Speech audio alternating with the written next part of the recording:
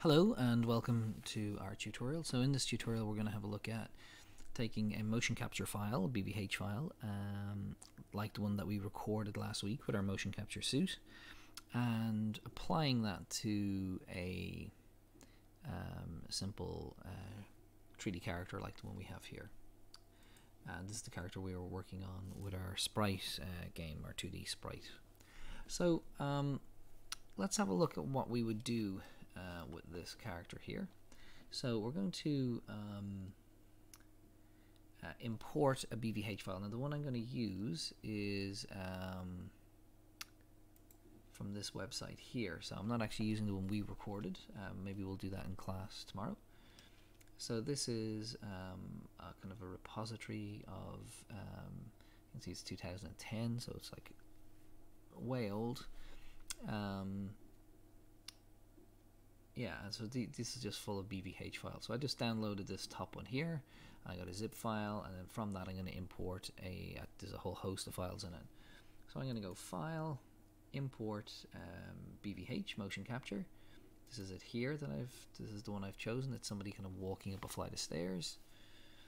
And we zoom out, and there's the skeleton. So if we look at our animation setup at the moment, this is just sort of default or kind of residual from what we had. So we had our own skeleton, so I've deleted that, but we're still here. We've got our frames the same. So I'm going to change this to be my timeline. I'm going to go to frame 1, and I'm going to say go from frame 1 to frame 1000. Now the actual frames we're interested in are probably closer to frames 500 to 1000. So like I said, it's an animation of someone walking up a flight of stairs. But what I'm interested in here is this my starting position. So I'm going to go to the skeleton here, and it says pose position. So that's great. But what I want is basically I want it in its default original position, so that I can align this character with the skeleton. So I'm going to turn it to its rest position. You can see its rest position and its starting pose position are very, very different. So the rest position is basically the position the skeleton was made in. Now, if I look at this item here, we can see its scale is 1, its rotation, and these are all set to 0. So this is excellent, and its origin is at the origin. So I'm going to take my character and I'm going to try and get it to align to this skeleton here. So I'm going to press S and scale it up. And I'm going to try and position my character so that it is in line with this skeleton. Now it's not quite, but it's nearly there. So now I'm going to, if I look at my character here, I've got, conveniently, because I've been working on this before I pressed record, I've got a mirror modifier on this, so I just need to change the position of this leg. Now I've already changed the position of the arm to align to the arm here. And if you see here, I have not done a great job. So we'll go into wireframe mode here and press C and select all this and rotate that and bring this back to about there, and we'll rotate that a little bit. Again, we'll select all of them and rotate a little bit. And normally what you would do is, if you were going to use this method, if you were aware that you were going to record your own motion capture files and you were going to make your own characters, you would in advance make sure that these things aligned properly.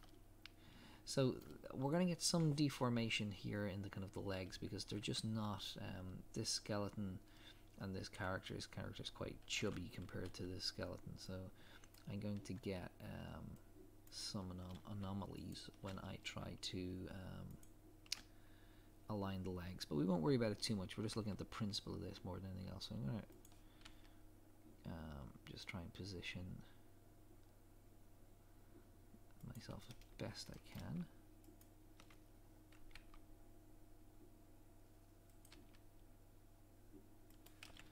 And so this is our sort of our tricky area here. So this is not really designed with this skeleton in mind. So if we were doing it again, we might build the character in a slightly different way. Okay, so we have, roughly speaking, aligned the character and the skeleton. So I'm going to save that. So I'm going to go File, Save As, and I'm going to call it BVH character linked, although we haven't quite linked them yet. We're going to do that now. Before I do that, I'm going to apply, let's go in here, I'm going to apply my mirror modifier. And actually that was interesting, you saw here, because I've been playing around with this character, it's got a whole bunch of groups here. I'm just going to delete all them. So they shouldn't be there. They're from where you, when you parent. So let me explain that to you. So as I delete them all, when you connect a skeleton to a mesh, the method we're going to use is kind of an automated method. So when we select the mesh, shift select the skeleton, and go Control P. So when we're going to use this process called automatic weights, and what it's going to do is it's going to create groups, named groups, and each group, its name will correspond to the name of a bone. So let's say this is called, left leg. So we'll have a group called left leg on the mesh, and it will have a whole bunch of vertices assigned to that group. So when this left leg bone moves, all of the vertices in the left leg group also move. And that way Blender can control how the mesh and the skeleton sort of interact together. Now there's other ways to animate, but that's sort of the probably the simplest for what we're trying to do. So Control P, and we're going to select this option here with automatic weight. If when you press Control P you haven't got this menu, it's probably because you've gone skeleton, held down Shift, and then selected the mesh, and then Control P, and you get a different menu. So it's important that you go mesh first, then skeleton, and then Control P. So with automatic weights, and now we go in here, all of these are created as they were before I deleted them. So these are all of the different bones that are in the skeleton, and they're now turned into groups, and then there are vertices assigned to these groups. And we haven't done any of this. Blender has done all that hard work for us. Now, what we're going to find with this particular model is that it doesn't quite behave itself properly. And why is that? Well, because this skeleton wasn't made with this model in mind. So for example, the head bone,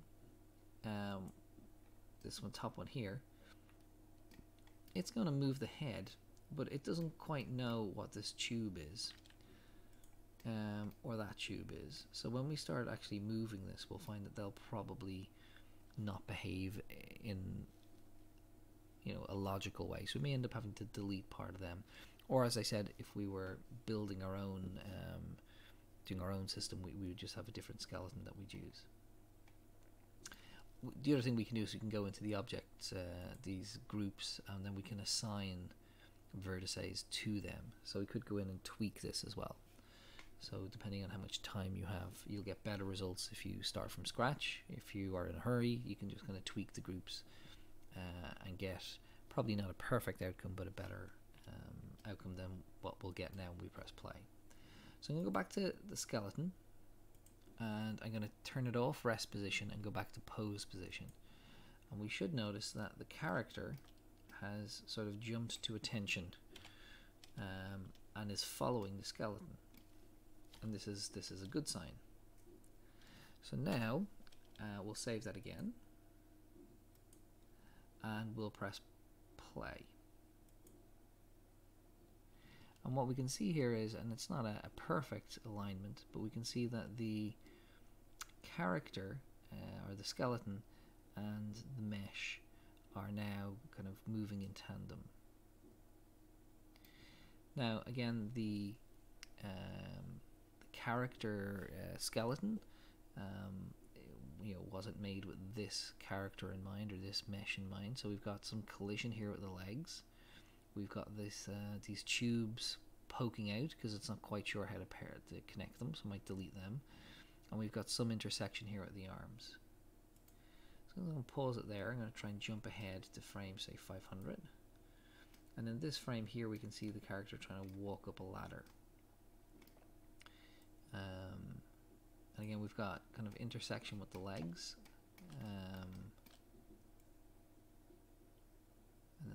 character looks forward.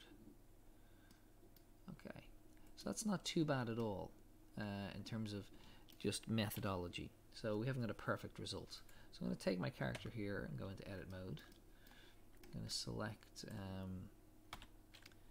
that and that just by clicking on one vert and pressing the L key for linked, and I'm going to delete them. Now they're not sticking out so far. And if we were using our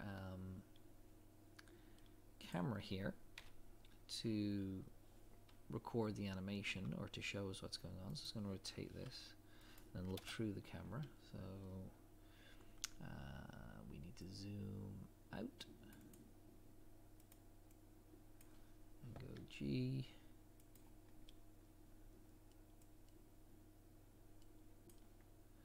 Okay, we can have a look here at the character. Now take our light. Now this light isn't going to kind of cut the mustard here because we've had we've kind of doubled or tripled in size. So we might have to add in more light.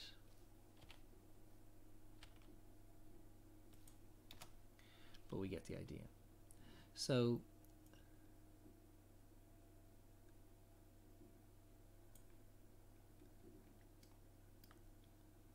now I could get the camera to follow the character, but that sort of in some ways defeats the purpose of it.